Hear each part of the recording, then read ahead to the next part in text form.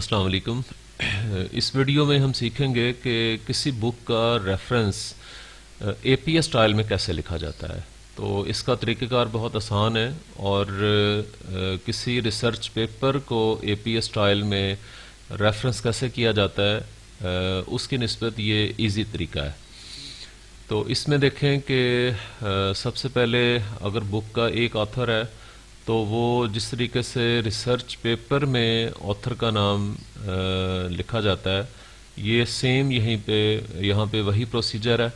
First of all author کا last name فلی ویسے ہی لکھ دیں گے جس طرح کہ یہاں پہ سیلنگر لکھا ہوا ہے۔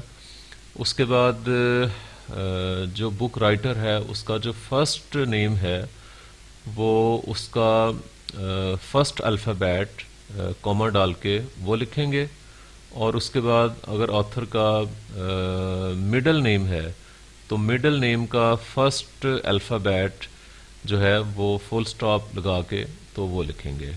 تو اس کے بعد فل سٹاپ، اور اس کے بعد جس سن میں یہ بک پبلش ہوئی ہے وہ پبلیکیشن ایئر جو ہے چھوٹی بریکٹس میں وہ لکھیں گے، جس طرح یہاں پہ 1951 لکھا ہوا ہے، فل سٹاپ لگائیں گے۔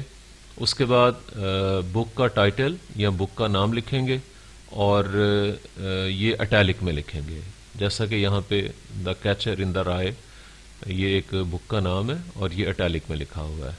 اس کے بعد اس بک کو جس پبلشر نے یا پبلشنگ کمپنی نے پبلش کیا ہے اینڈ پہ اس کا نام لکھا جاتا ہے۔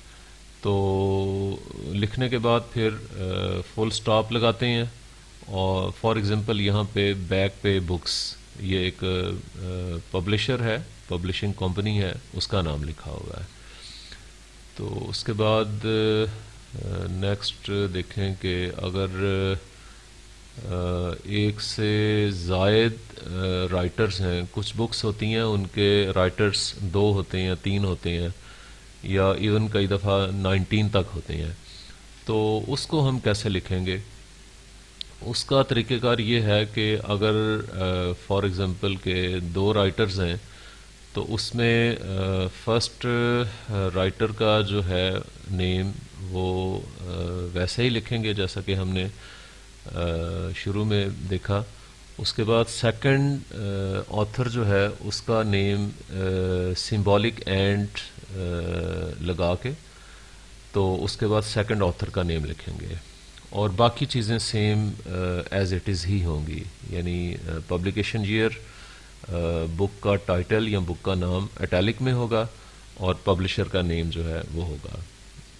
یہاں دیکھیں فار ایگزامپل یہ انہوں نے ایک ایگزامپل دی ہوئی ہے، اس میں البرٹس بی اور فل سٹاپ اس کے بعد کوما، اور یہ سیکنڈ آتھر ہے جانسن کوما اے فل سٹاپ، پھر کوما، پھر یہ تھرڈ آتھر ہے لیوس کوما جے فل سٹاپ، پھر کوما، پھر ریف کوما ایم فل سٹاپ، کوما رابرٹس اور کوما کے فل سٹاپ، اور اس کے بعد یہ کومے کے بعد سمبولک اینڈ ہے، اور یہ والٹر کوما پی، یہ چونکہ آخری آتھر ہے تو آخری آتھر سے پہلے جو ہے وہ سمبولک اینڈ جو ہے وہ لگائیں گے۔